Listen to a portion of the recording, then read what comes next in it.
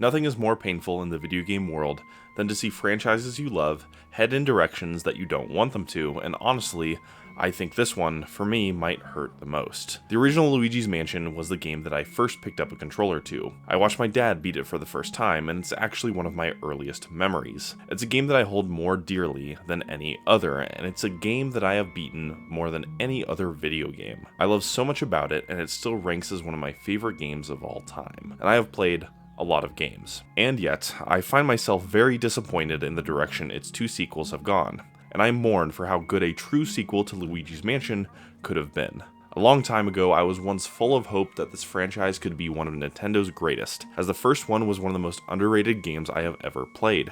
Unfortunately, Luigi's Mansion is not the same as it once was, to the point where I am no longer excited for the future of this franchise. With that being said, Luigi's Mansion 2 and Luigi's Mansion 3 are not bad games. In fact, quite the opposite. 2 is a decent time with some major flaws, and 3 is good for what it tries to be. But this video isn't about their positives. This is a video about my favorite game from my childhood getting sequels that have completely squandered the untapped potential of the first game, which may be a bit confusing for you to hear since I just somewhat praised both sequels for what they accomplished. In order to properly understand why I think this franchise has wasted all of its potential, we have to look at all 3 games, starting with the first. We'll look at what makes it special and unique, and look at ways that those strengths could have been executed even better.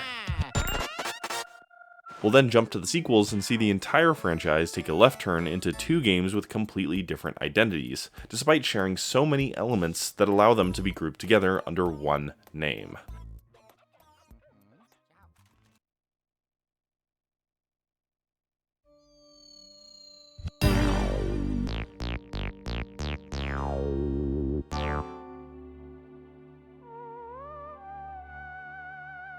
The original Luigi's Mansion is special in a few key ways: replayability, structure, and personality. And yet, despite each of these areas making the game one of my favorites, each of these special aspects also has deep flaws that could have been improved upon in a future installment. But first, let's catch everyone up to speed. Luigi's Mansion was a launch title for the Nintendo GameCube, released in 2001. Praised as a technical marvel, it's a game about Luigi suddenly winning a mansion in a contest he didn't enter. After making the shocking discovery that it's haunted, a strange old man named Dr. Egad gives you a makeshift vacuum cleaner called the Poltergust and tells you to go capture some ghosts and find your brother that has gone missing. You'll go room to room and suck up ghosts like a fish on a line and solve puzzles around a haunted mansion that has plenty of tricks up its sleeve. This description makes it sound like a typical adventure game with a ghost-busting theme. This description, however, does not give a very full picture of how Luigi's Mansion actually functions. Because despite being over 20 years old, I actually don't think a lot of people understand this game very well. I say that because one of the most common complaints in Luigi's Mansion is that it's too short. After all, the game is only 5 hours long, and for many, that's pretty short. While I can understand this complaint, it comes from a gross misinterpretation of what Luigi's Mansion is trying to be. And with that, let's talk about replayability. Most people think Luigi's Mansion is a game about catching ghosts, room after room, and this is technically correct. On your first playthrough, it's simply about figuring out how to clear every room and catch every ghost. The game's many bosses, called portrait ghosts, are each a puzzle you have to solve. Maybe you need to wait with your back turned, or maybe you need to pull open the curtain to let the air in. Once doing this, the boss is exposed and you can go in for the kill. Complementing portrait ghosts are rooms that have some basic puzzles, simple tasks like lighting candles, or watering plants, or blowing up the moon. Most of these have normal, low health ghosts to make it a bit more thrilling, but on multiple playthroughs you know how to beat every single boss and clear every room. An even bigger game outside of this emerges, and it's what I call building a run. What I mean by that is Luigi's Mansion has a ranking system that grades how well you played as well as your knowledge of all the hidden collectibles that you can find. Throughout the game, bosses, hidden enemies, and interactable objects around you drop money, pearls, and gems. The more you collect of these, the more your rank increases. And the true replay value of this game is discovering the game's many secrets and doing them all in one run. This ranking system is reflected in combat as well. Taking hits will make you lose coins, and doing well against bosses will make the treasures they drop even more valuable. At the end of the game, you are graded on your entire playthrough. This means that ideally you would be playing this game multiple times to achieve a higher and higher score. This is the first aspect that makes Luigi's Mansion special, and I really like this format. It's rare, but it's oddly addictive. This game is just short enough to feel like a perfect run is doable, and it has just enough secrets to make it feel like exploring and experimenting is rewarding. For a long time, I remember there being a dance of finding something new. Say you find a new treasure ghost, and at the same time, you're trying to apply all the secrets of this game that you've already learned. It's now to the point where I know everything in this game like the back of my hand, and I can cruise through a run in no time flat. When recording footage for this video, my 100% run took me just under 3 hours, which isn't speedrun level by any means, but it's significantly less time than if someone were to play for the first time. It's a shame that many people won't get to have my experience with this game. That's because most people will only play once, as replaying a game isn't on a lot of people's minds. So let's talk about this game's moment-to-moment gameplay. The micro-scale experience of catching ghosts, clearing rooms, and collecting treasure. It's the most defining aspect of this game because it's the most immediate and what everyone will experience, regardless of how many times you play. Because what I appreciate most about Luigi's Mansion is its ability to make you feel satisfied with clearing ghosts and treasure out of the mansion.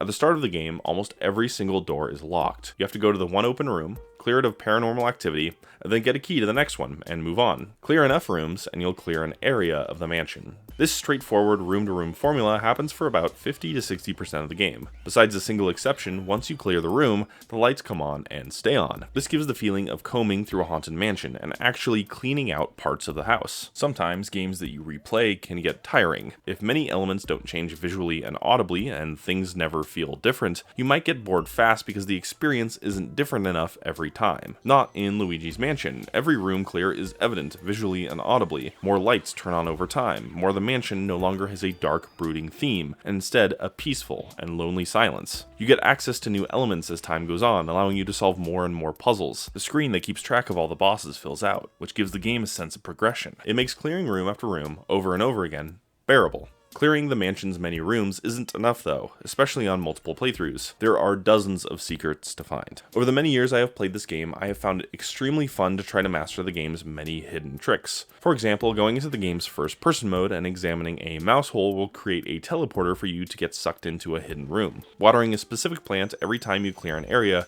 gives you one of the game's 2 gems that are worth $20 million. Going to the roof and falling down the chimney will result in landing in a second hidden room that gives you a key to a hidden boss. What's great about these is that they feel rewarding, both intrinsically and extrinsically. Not often does a game push you to know the actual layout and secrets of the world around you, and then make you want to do it again. The closest thing, and the most obvious inspiration, is Resident Evil, and these games are not like most games with high scores. Games that often have high scores prioritize action and are broken up into smaller, gradable levels. Or maybe they are more arcade-like in nature, with progression resetting on some sort of failure state, like dying and having to start from scratch. Not Luigi's Mansion. Instead, it's structured like an adventure game, but it grades you on the entire adventure. This means every run is theoretically unique in some way for a very long time, until you learn the optimal way to collect every treasure. And at that point, your journey with this game is probably done. But until then, why not do another run? Combine the replayability of this game with its structure, and you have a recipe that is closer to survival horror than almost any other genre, which is shocking and makes the game wholly unique in Nintendo's library. Nintendo cooked with this one, and the cherries on top of this creation would be the game's personality.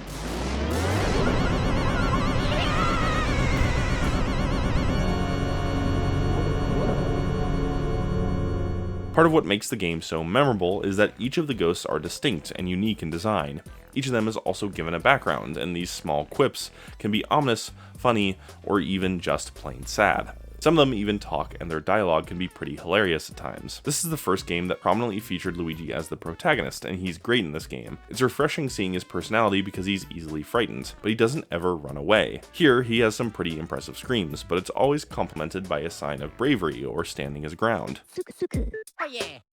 Luigi will also hum and whistle the game's main theme, which is a nice little detail. Another one of these details is Luigi calling out Mario's name by pressing A, and having that call's pitch change based on how much health he has. There are dozens of others that I can mention, like Boos having unique pun names, environmental quirks like fake doors, and elemental ghosts, and creative ways to beat bosses. This gives the game a sense of fun, and making your game fun based on its personality is very hard to pull off. So far, I've been making it sound like Luigi's Mansion is the best game ever, and that nothing can ever possibly top it. Unfortunately, Luigi's Mansion isn't perfect, not by a long shot, and has some pretty notable flaws. Its replayability is severely hurt by its lack of timed rewards. So far, I've been very generous with describing Luigi's Mansion's strengths in playing the game over and over again, because it has one key weakness in this area. Finishing the game faster will not give you a better rank, which is ridiculous when a game is theoretically testing your knowledge of layout, treasure, and combat. By not tying time to rank, someone can just be super duper thorough and get all the treasures they possibly can, end with an A rank, and call it quits, which kind of breaks the spirit of Luigi's Mansion. Finding all the secrets is half the fun. Putting together all these secrets as best as possible in one single run theoretically should be the other half of the fun, and Luigi's Mansion does not do a good job of pushing players to do this. I have played this game over 20 times, not because of a really good system that encourages replays, but because I love this game and enjoy replaying it. I could easily see someone heavily criticizing this game with how little there actually is when it comes to rewarding or incentivizing more replays. The only systems that encourage or reward replayability besides rank are getting the best Portrait Ghost rankings and your Poltergust getting more powerful with every completion. These are significant, but the game desperately needed at least one more way to either measure success in a run or create replay incentive. The most obvious solution here is just to implement a timed reward, by somehow having it factor into how much treasure you earn. Games that are structured similar, including the original inspiration for Luigi's Mansion, do this timed reward system so well that I think it might be integral to the type of game that it is trying to be. Another flaw in this game is that it is often too linear. For about half the game, it's super obvious where to go, even if it isn't super obvious on what to do. One of my favorite parts of adventure games is exploring many areas and trying to put the pieces together on where I should go next. By having such a hard set path of rooms to unlock and visit, there isn't much a player has to do to figure out where to go. You'll always have a notification for which key unlocks which door.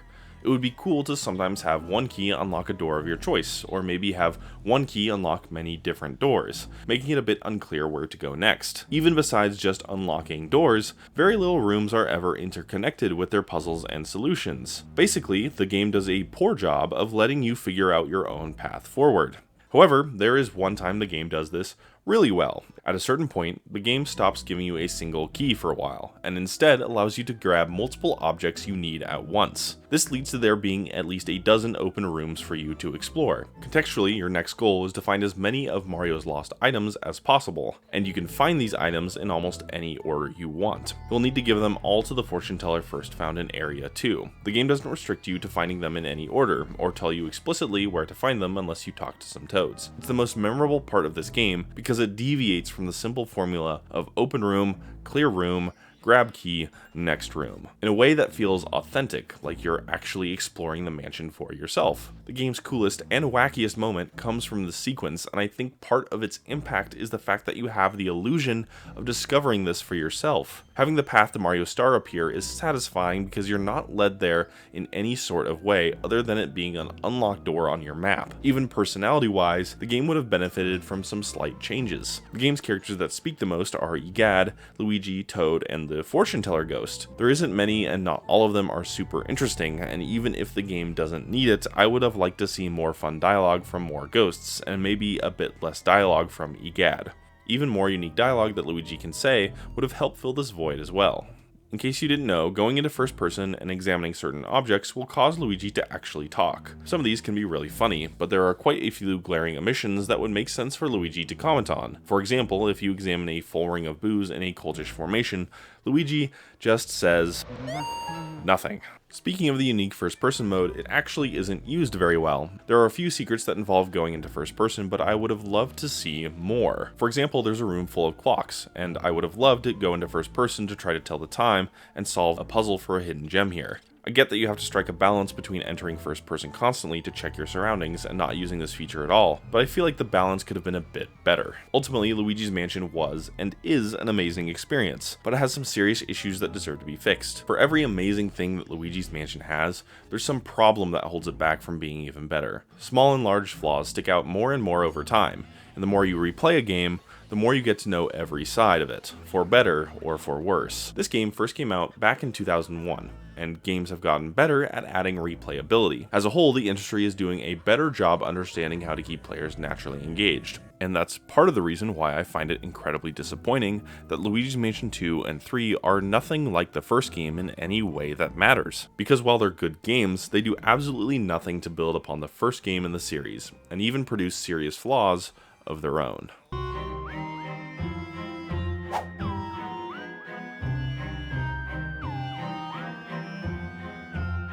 But before we start talking about Luigi's Mansion 2, let's first talk about sequels. You see, sequels are tricky from both a story and a gameplay perspective. Most times you cannot get away with more of the same in either of these aspects. It leads to a story that's unsatisfying or a game that you've already played before, so I feel like there's this pressure to do something new.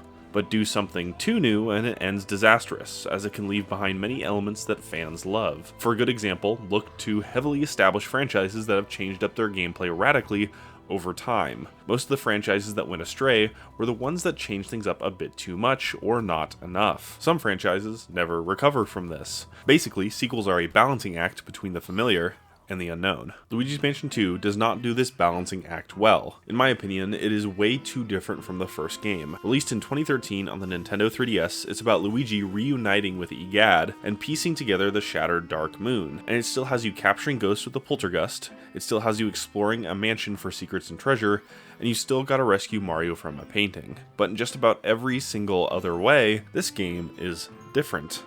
First of all, it's structured radically different from the first game. Instead of exploring one mansion, you'll explore 5 different ones. But this isn't the main issue, it's that each mansion has various missions with different objectives. You'll get teleported into the mansion by Egad, told to go to a specific point or do a specific task, and then once you're done, you'll get teleported out. Rinse, and repeat. These missions take about 15 to 30 minutes to complete. This mission structure is the most common complaint in Luigi's Mansion 2, and rightfully so. But I think a lot of people don't really understand why this is so bad. It's because the game focuses more on the side of catching the same ghosts and going room to room than it does exploring, solving puzzles, and knowing mansion secrets. This results in a completely different game that puts too much pressure on its combat system and misses the mark on interesting exploration, making it less replayable and less fun. Here's the thing, Luigi's Mansion combat across the entire series is not that compelling. Imagine a fishing minigame in your favorite RPG and do that over and over again. That's about how much depth there is for most of the games. In the first entry, its fun came from the flashy graphics and animation, and the feeling that you get from reeling something in. When you position yourself correctly, turn around at the correct moment, and pull off a great catch, it feels satisfying, even if there is only a sliver of depth. There are different enemy types, and most of that little depth comes from knowing how to navigate around them and which ones to take out first. I always thought of the fun vacuum suction like the reward for stunning your enemy, not the main mechanic to kill ghosts. That's the flashlight. However, Luigi's Mansion 2 does make combat the core mechanic of the game. It gets creative with it through multiple changes, but this fishing aspect becomes front and center, which in my opinion is a bit of a mistake. The biggest change here is that your flashlight has no effect on the ghosts. Instead, you have to press or hold a button to either release a small flash or build up a bigger flash that covers a wider area. Using this flash on ghosts will stun them, and then you can reel them in. You can then use a burst that builds up over time to take their HP down even further. The challenge here mostly comes from ghosts covering their eyes or heads with various accessories, like sunglasses or a bucket. Find ways to take down these accessories or find openings in their attacks, and you get your kill. This is a great way to add depth, but the problem here is that you face these combat puzzles over and over again. Luigi's Mansion had over 20 different puzzles, since every boss fight was a unique encounter. This one has a lot less, and you'll be repeating these over and over again before you ever touch the ending credits. An even bigger problem is that the combat is combined with everything that I thought the first game could do better. For most missions, you will have an objective marker telling you what to do and where to go, which kind of kills any thrill of worthwhile exploration. Plus, most of the game is structured in a very linear style, where you'll go to one room, clear it, and then move on to the next. It's even more linear than the first, which is saying something. The best mansion in this game is the last one, by far, and that's because 2 of its missions don't hold your hand as much. One of them lets you loose trying to find 2 toads, and the other gives you a locked door you have to get in and says, go figure it out. I wish every mission was like this. It helps that the best 2 missions are paired with the most fun puzzles in the game, where you have to activate teleporters and take objects across various rooms in the mansion. It's a shame that these 2 missions are towards the end, and some of the only fun missions in the entire game. An unfortunate side effect of this mission structure is that it hinders any large-scale exploration of a mansion. You can explore the mansion if you want, but it feels way less satisfying. This is because the same rooms show up in the same missions. This is a big problem. Part of the original's charm is that you clear one room permanently. The lights come on and you've checked that room off the list. time to go on to the next. On one hand, it's formulaic, but on the other, it's satisfying and feels like you're progressing through a mansion. What's worse than formulaic is boring, and that's what using the same rooms over and over again becomes. Luigi's Mansion 2 does this to the point where a majority of missions feel like filler. You'll clear a room, only to clear the same exact one the next mission, and then you'll have to chase a ghost dog through it a third time. When it was first announced that there would be multiple mansions, I thought it was going to be like areas in the first, that we can explore the entire mansion, clear it, get graded on it, and then move on to the next. This got me really excited because that's exactly what I always wanted from a sequel. It keeps the strengths of the first, but offers more variety. It could even grade you on each mansion individually, and be 2 to 3 times as long, without causing any issues that would come from stretching out a single mansion to like 6 or 7 hours. Instead, each of these mansions is fairly small, and you take a trip to them each new story beat. You come back out, and then you hop back in, over and over again. It feels disjointed and messy.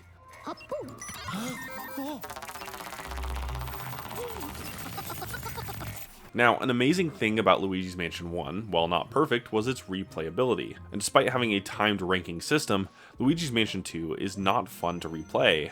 It's actually a chore, and that's because the objectives are so basic and segmented. They often have to do with reaching a room or defeating particular ghosts, but these objectives aren't thrilling to perfect. Having such simple missions with few ways to perfect your time is a recipe for disaster. Games that excel at running the same levels over and over again have a high skill ceiling, with plenty of ways to get creative and therefore better. Luigi's Mansion never excelled at this, but where it did well was with the secrets that you could find. Having a good run in that game meant learning treasure ghost locations, optional bosses, and which planes to water. It was knowledge based. Here, it's about purely performance, which I don't prefer because I find it way less interesting to get really good at ghost fishing than to explore a mansion and find hidden treasures.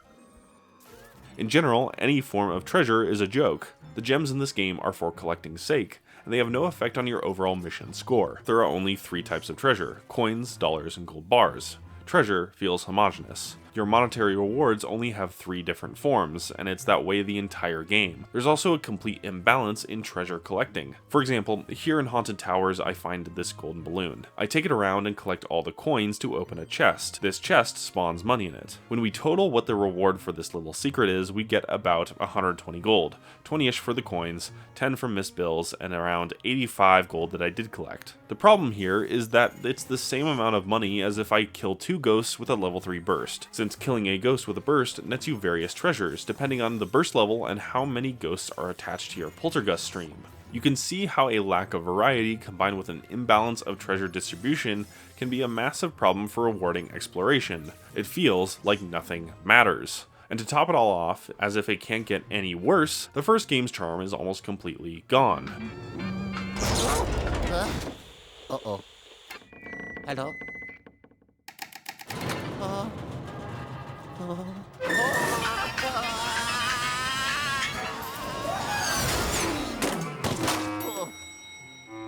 First-person mode was lost to 3DS hardware limitations. Egad is an annoyance because he calls you every 5 minutes instead of every big event. While Luigi is more expressive, he borders more on cowardice than fearful, missing any moments of bravery and bravado that he displayed in the first game. All the portrait ghosts aren't in the game, and there's nothing that really replaces them, because all the bosses are things like spiders and suits of knights. You might be thinking, hey, that's not bad, and it isn't. But besides King Boo, these are also the best bosses in the entire game. The bad ones? How about a clock? Or ice? Or better yet, stairs. Yep, you fight literal stairs. There's really nothing that makes up for this either, as the only other ghost boss fights are different variations of the same telekinesis ghost that has the same tricks. You fight this boss 3 times. Oh shit, here we go again. Overall, 2 took so many steps in the wrong direction. It became a mission-based action game that doesn't do a good job of making you want to play it over and over again. It's missing almost all the best parts of 1, while building off the wrong things and barely improving them. It's not replayable, its structure is not compelling at all, and most of the personality that was worthwhile is gone. While there are a few good missions here, and there is some basic fun in catching ghosts, I would much rather replay the first one again for the 20th time, rather than play the second for the 3rd time, which I think says a lot about both the first and the second game. Oh, shoot. It's a good thing then that they learned some of their lessons with Luigi's Mansion 3.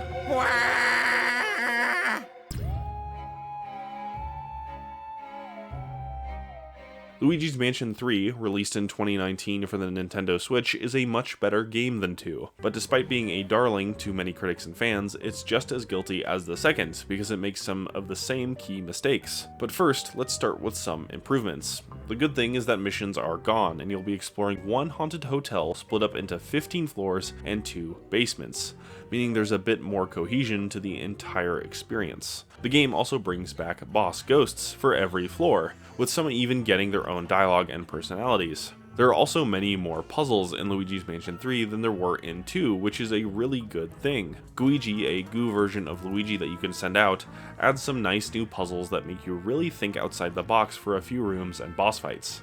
Ghosts have much more personality, and combined with some insane facial animations on every ghosts, it creates a game that is fun to look at. It's one of the best looking games on the Nintendo Switch. So far, this sounds like a great sequel, but where 3 does go wrong is that it is subtly built off the same priorities and mechanics as the second. There's some key systems that they try to add back in from 1, but it makes little sense and it doesn't really mesh well together with the rest of the game. This combination of the second's DNA, meshed with disjointed ideas from the first, leaves Luigi's Mansion 3 as a bit of a Frankenstein's monster, and it again has lost sight of what makes Luigi's Mansion special. First off, there's an even further emphasis on combat, and at this point it's transformed into something that is radically different from the first. If the second game's combat had some major differences, the third takes these differences and runs with them, because the typical flash and suck gameplay is now flash, suck, and smash. When you have a ghost hooked for long enough, you can press A repeatedly to smash it into the ground and take away 20 health each slam. Depending on the timing of your presses, you can slam a ghost anywhere from 4 to 7 times. You can also smash it into other ghosts, and you're going to want to use this to the point where it becomes abuse, because reeling in ghosts is no longer enough. They have an absurdly high amount of HP for that. Slamming these ghosts basically becomes required. What this does is transforms the game significantly. For those that want a traditional Luigi's Mansion experience, this is not it. Like the second, it's definitely more focused on beating ghosts. There's a lot of variety here though, and it creates some unique strengths, like a nice balance between thinking during combat, trying to figure out how to beat an enemy, and just going crazy slamming ghosts into more ghosts. However, while combat is much better, it's now a radically different game from the first. Remember, the original was primarily about the experience of navigating a haunted mansion, with bosses being built into that exploration. At first, Luigi's Mansion 3 feels similar in this regard, but that's because the game fools you into thinking that it's a little less formulaic than it actually is. Luigi's Mansion 1 was best when the game opens up a bit, like in early Area 2 or the middle of Area 3. In the third game, you get access to the first 3 floors almost immediately, giving you the feeling that you're going on some grand adventure in this massive hotel that you can explore and go floor to floor as you please, finding secrets in any order you want. I thought that maybe the third game would finally replicate the best parts of the first layout, even if it didn't have the replayable aspect that the first does. But eventually, this game falls right into the same pattern that some of the first and most of the second game does. You'll be going from floor to floor, room to room, clearing a boss ghost for each floor. Clearing this boss gets you the next floor. This results in, yet again, just like the second game, clearing rooms as a means to an end to get to the boss or the objective. And this switch isn't inherently bad, it's just not Luigi's Mansion 1. Combine this with the combat changes and it's so different that the only reason that they are under the same franchise is because they look similar. Oftentimes the design of these floors boil down to moving from one single room to the next, to the next, and to the next. Rather than giving you some sort of maze to explore, like the first did, 3 is mostly a series of linear puzzles. The best floors are the ones that don't lock you into this pattern. Take floor 3, most of it is a very large room separated into 4 sub-areas. Basically, it's a gift shop area with 4 different stores. But most importantly, you progress by finding various keys that lead you from one store to the next. This doesn't seem too different at first, but giving you access to all 4 stores immediately, and then having you figure out which one you have to go to, is what this game needed more of. Even if it is extremely easy to solve and doesn't sound like much, it made me feel like I was solving where I should go, which is exactly what I wanted more of from the first game. Floors with non-linear segments are the most memorable. Probably the prime and best example of this is floor 8. Once you get past the initial hallway, this floor is 5 large rooms that you can travel between. There's a hub room with 4 TVs, each leading to the other 4 rooms. These TVs teleport you from room to room, meaning that you can carry objects between them to solve puzzles. There are different cameras set up that are capturing various movie sets and playing out the movie that was filmed there. You'll need to look carefully at each movie to figure out which objects from which rooms that you'll need. Solve their puzzles to get the director's missing megaphone, which gets you the next elevator button. I think this is the best floor in the game, and not just because I absolutely love the boss sequence of this fight.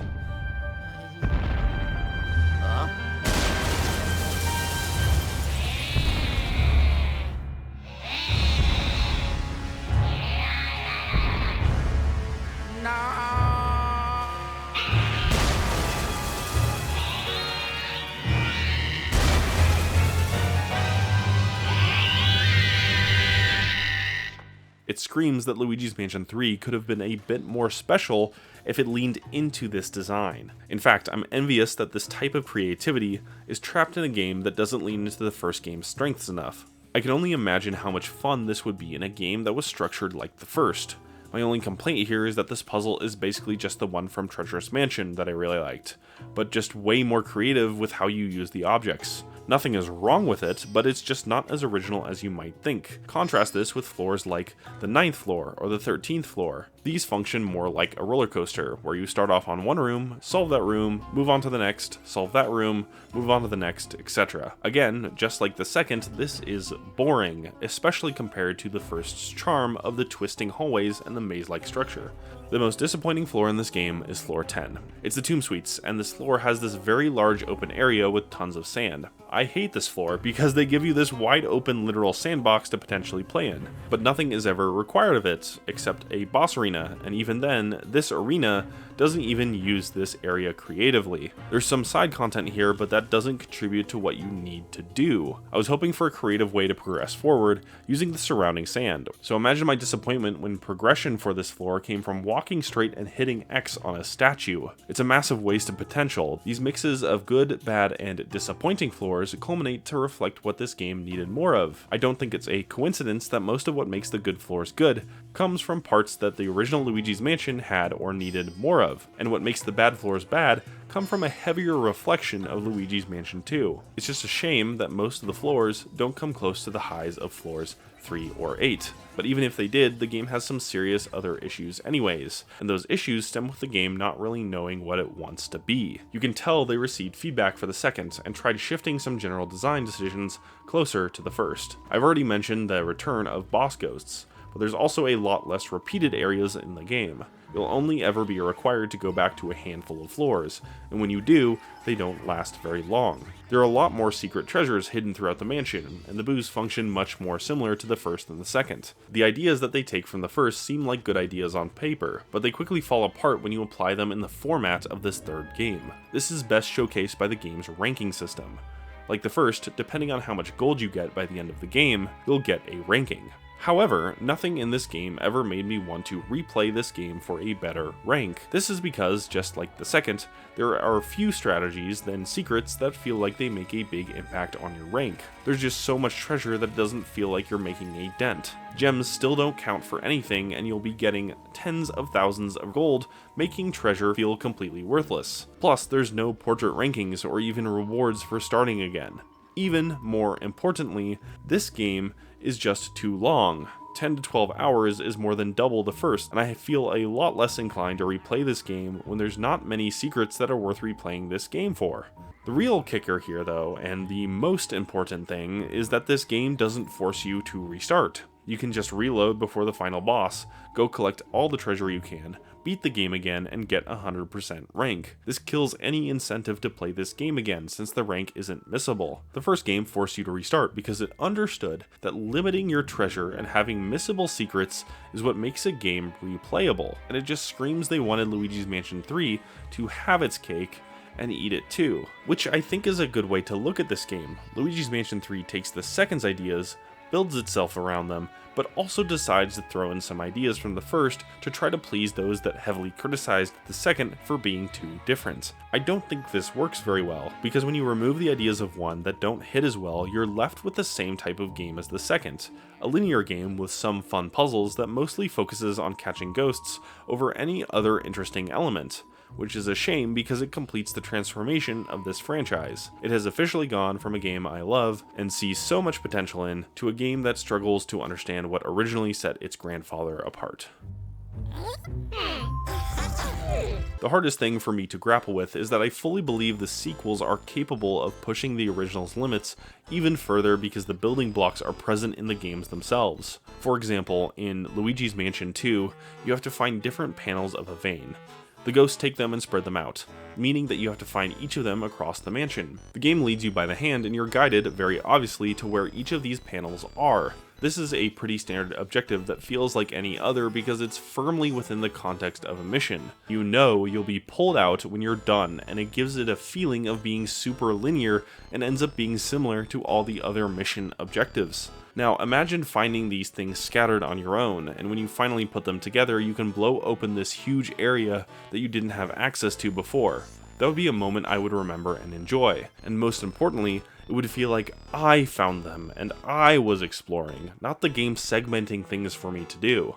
Similarly, in Luigi's Mansion 3, there's a moment where I visited floor 2 before I was supposed to be there. I combed the entire floor and it was more interesting than any other point in the game, because the game wasn't telling me specifically to go there. It was thrilling because I wasn't sure what I would find here, since my objective was on a completely different floor. I was thinking that maybe there was an optional boss that would give me the second floor elevator button, because despite having access to that floor, it was currently missing. So I combed the entire floor and nothing. I eventually came across a kitchen where I spent a decent amount of time on, but I didn't find anything worthwhile, so I got bored, and I went back on the main track for the story. Later on, I got a second floor button, and I was a bit confused. I explored everything, what more can there possibly be? So I went back to the second floor, and there was now a boss ghost where there wasn't before. In the kitchen where I had spent a ton of time trying to figure out if I was missing something, because nothing was there. I hate it when this happens in video games. Just reward me for exploring and being somewhere early. It just reinforces this idea that the game could get even better if it stopped telling me specifically where to go.